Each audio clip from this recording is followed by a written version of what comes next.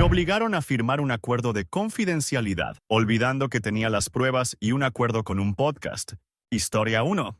Hace unos años, trabajé en una firma boutique de relaciones públicas especializada en gestión de crisis para influencers. El lugar era muy turbio. Encubrían historias, fingían organizaciones benéficas, todo. Descubrí que uno de nuestros principales clientes estaba pagando a la familia de un menor tras un incidente bastante grave. Tenía pruebas, memorandos internos, correos electrónicos y una grabación de una reunión por Zoom. Cuando confronté a mi jefe, me dio dos opciones: firmar un acuerdo de confidencialidad y recibir una indemnización, o ser demandada hasta la ruina.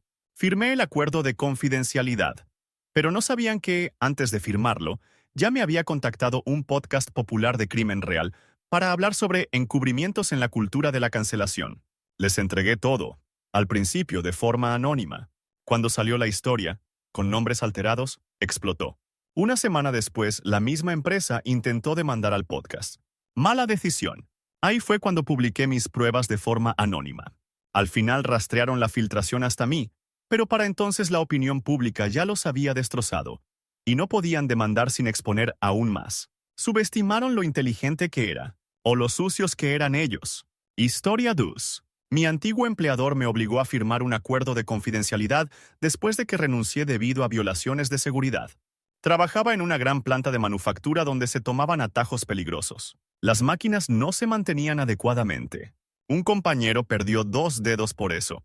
Documenté todo, por si acaso. Cuando renuncié e intenté hablar, me ofrecieron dinero para callar y un acuerdo de no divulgación. Lo acepté en silencio. Lo que no sabían era que mi hermano menor tiene un podcast semipopular sobre derechos laborales. Yo no rompí mi acuerdo, pero alguien más, casualmente, tenía la misma documentación que yo y estuvo feliz de compartirla. El episodio se volvió viral y OSHA intervino. La empresa tuvo que pagar millones en multas y el CEO renunció. Intentaron intimidarme otra vez, pero ya era tarde. Y sí, mi hermano puede que me haya enviado un cheque de agradecimiento por impulsar el podcast. Historia 3. Fui asistente de cierto chef famoso de nivel medio. Llamémoslo Chef Darren. El tipo era un infierno tras bambalinas. Gritaba al personal, hacía comentarios asquerosos, incluso le lanzó una sartén caliente a alguien una vez. Documenté mucho. No intencionalmente al principio. Solo tomaba notas y grabaciones por seguridad.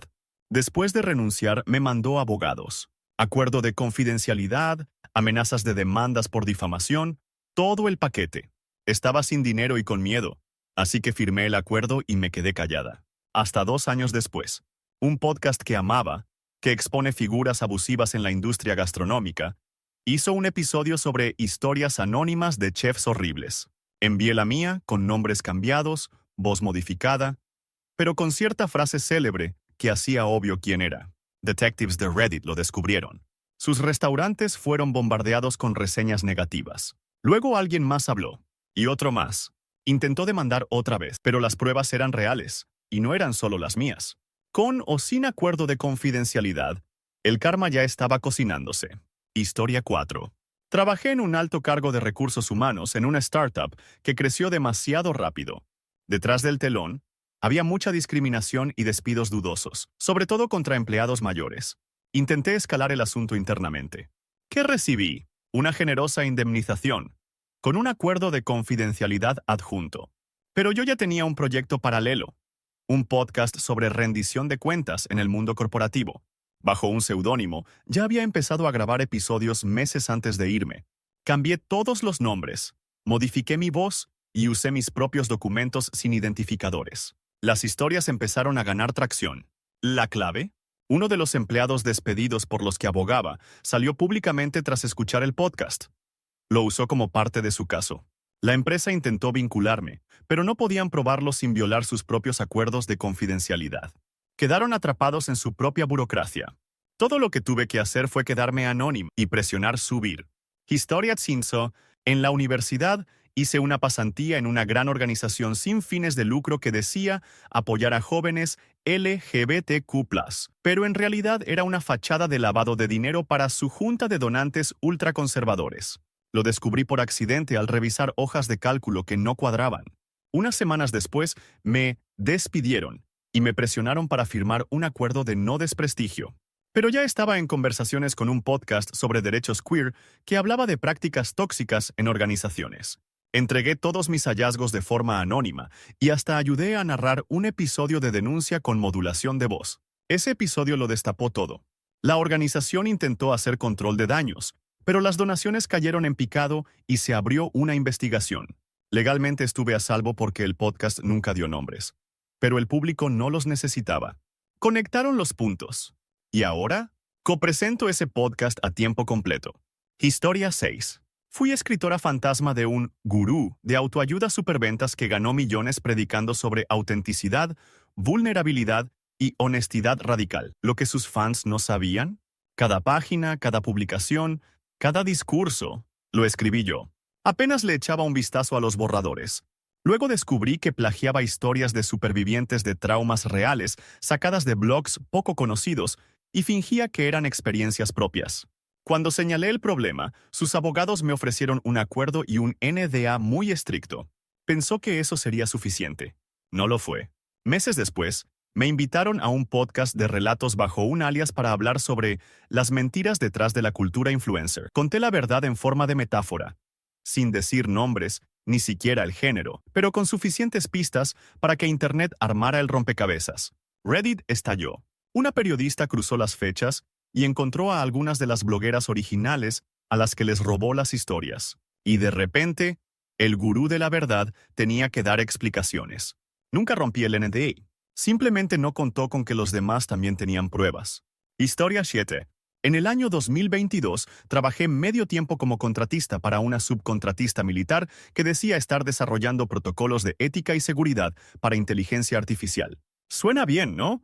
Pero lo que en realidad vi fue un modelo de vigilancia con IA, siendo probado ilegalmente en comunidades de bajos ingresos sin su consentimiento. Cámaras, reconocimiento facial, datos de vigilancia predictiva, todo. Cuando lo mencioné en una reunión, me despidieron de inmediato, me hicieron firmar un acuerdo de confidencialidad y me recordaron que filtrar material clasificado podría llevarme a prisión. Me mantuve en silencio en público, pero hice una cosa que no esperaban. Fui a un podcast de ciencia ficción. Conté la historia como si fuera ficción. En un futuro cercano, una corporación construye un modelo de vigilancia bajo la apariencia de ética. Ya sabes, lo mejor, otro contratista de la misma empresa lo escuchó. Reconoció los términos y contactó al presentador del podcast. De repente apareció un patrón. Comenzaron a salir denunciantes por todos lados, y ninguno rompió técnicamente su acuerdo, porque técnicamente era ficción. Pero la ficción dice la verdad cuando la verdad no tiene voz. Historia 8. Mi mamá era enfermera interna para una anciana adinerada, y yo ayudaba a veces, haciendo mandados o compras. Con el tiempo noté cosas extrañas. Recetas desaparecidas, retiros de efectivo que la señora no recordaba, llamadas telefónicas raras. Mi mamá sospechaba abuso y manipulación financiera por parte del sobrino de la señora. Cuando se lo dijo al abogado de la familia, la acusaron de entrometida y la obligaron a firmar un acuerdo de confidencialidad, amenazando con quitarle la licencia de enfermería. Yo estaba furiosa.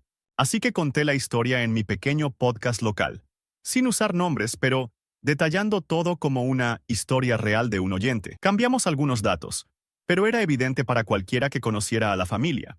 Un periodista local lo recogió y conectó los puntos. En menos de un mes, se abrió una investigación y el sobrino fue removido del control financiero.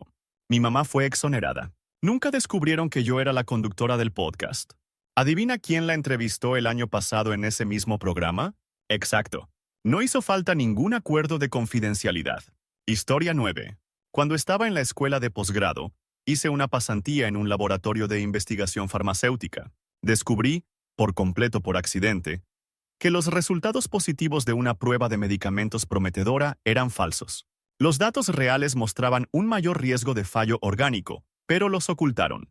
El director del ensayo me dijo, estamos demasiado cerca de la salida a bolsa como para tener malas noticias. Era joven, estaba aterrada y acorralada. Me dieron créditos académicos, una suma de dinero y un NDA por investigación propietaria. No hablé. Hasta años después, cuando fui invitada a un podcast especializado en ética biotecnológica. Lo conté todo, con cuidado y de forma anónima. Pero tenía las hojas de cálculo originales. Los datos fuente.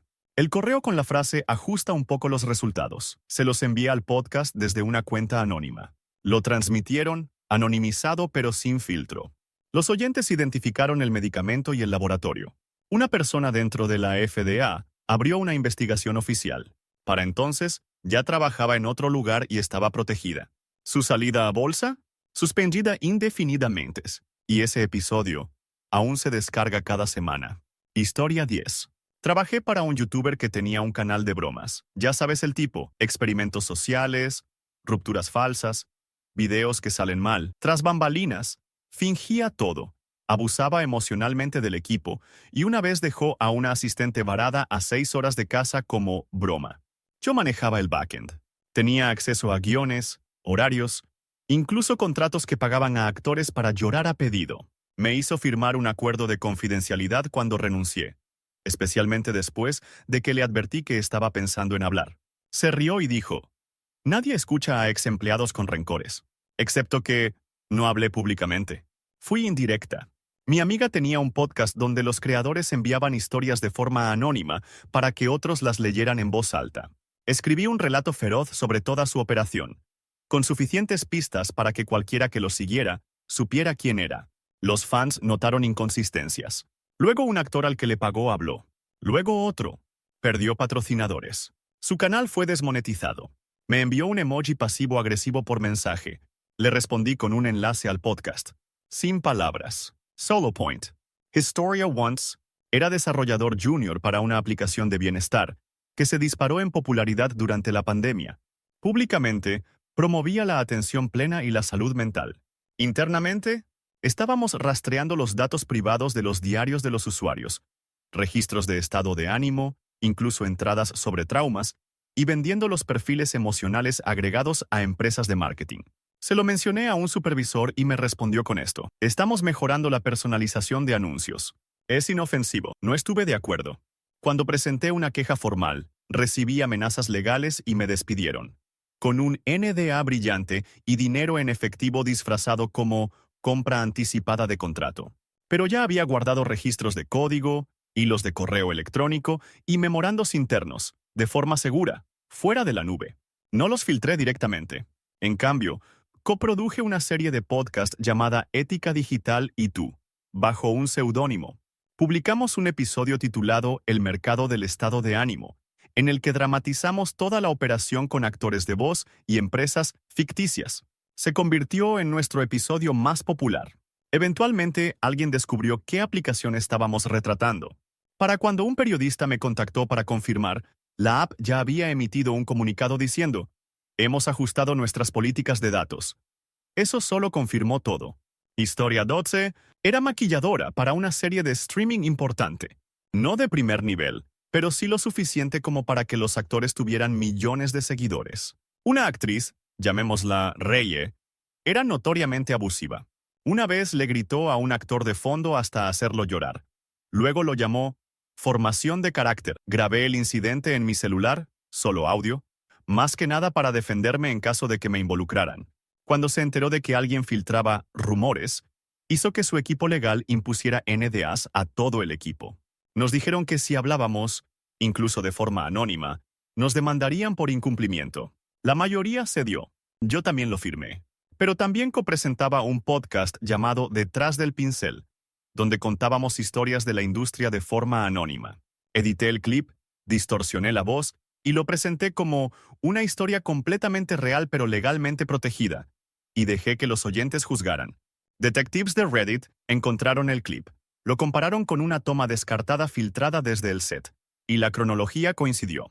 De repente, varios miembros del equipo empezaron a hablar, y sin usar sus nombres, nuestro podcast se convirtió en el epicentro. Raye publicó una disculpa falsa. Yo publiqué otro episodio. Historia 13. En mi pequeño pueblo, un promotor inmobiliario adinerado convenció al consejo de aprobar un centro comercial de lujo, prometiendo creación de empleos locales. Trabajaba en la oficina del secretario durante ese tiempo y vi cómo ocurrió realmente. Estadísticas laborales falsificadas, regalos por debajo de la mesa y una cena muy conveniente con el presidente de la Junta de Zonificación. Documenté todo en silencio. Escaneos de documentos, mensajes de texto, incluso algunas grabaciones telefónicas. Cuando intenté expresar mi preocupación, me despidieron de inmediato y me hicieron firmar un acuerdo de confidencialidad a cambio de mi liquidación. Alegaron cláusulas de confidencialidad municipal. Pura basura, pero lo suficientemente intimidante para callar a la mayoría. Por suerte, tengo un podcast comunitario de historia local llamado Ecos de Nuestro Pueblo. Creé un episodio ficticio sobre un trato de tierras corrupto en los años 90, pero me aseguré de que cada detalle reflejara el escándalo actual. Un activista local lo escuchó y comenzó a investigar. En pocas semanas, empezaron a llegar solicitudes de acceso a registros públicos. Cuando todo salió a la luz, el promotor culpó a blogueros y podcasters que difunden conspiraciones. Y el pueblo respondió: genial, ¿pero qué hay de estos documentos?